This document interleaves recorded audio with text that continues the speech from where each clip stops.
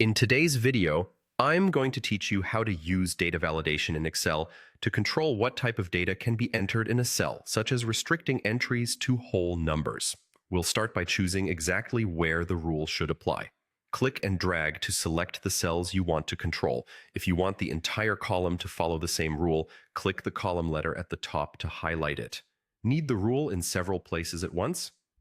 Hold the Control key while clicking to select multiple ranges so they all share the same setup. With your cells selected, head to the Data tab on the ribbon and choose Data Validation.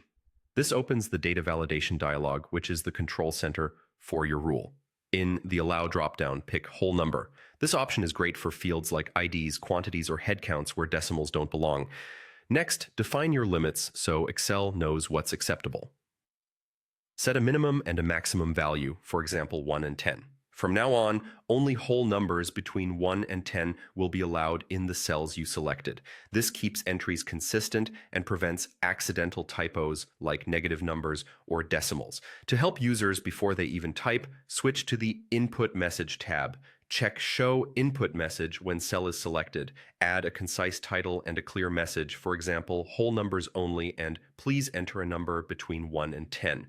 This friendly prompt appears as soon as someone clicks the cell, guiding them and reducing errors before they happen. Now move to the Error Alert tab to decide what happens if someone still enters something invalid. Choose a style that matches your situation.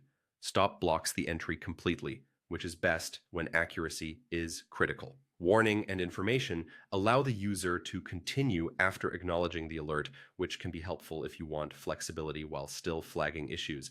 Add a short, specific title and message so it's obvious what went wrong and how to fix it, like entry out of range. Use whole numbers from 1 to 10.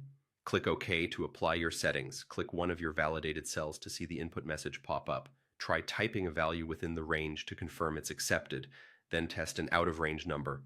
You'll see the error alert, and if you chose Stop, Excel will reject the entry. With this setup, your worksheet stays accurate and consistent by ensuring only valid whole numbers are entered where they should be. It's a simple step that prevents messy data and saves time cleaning up errors later.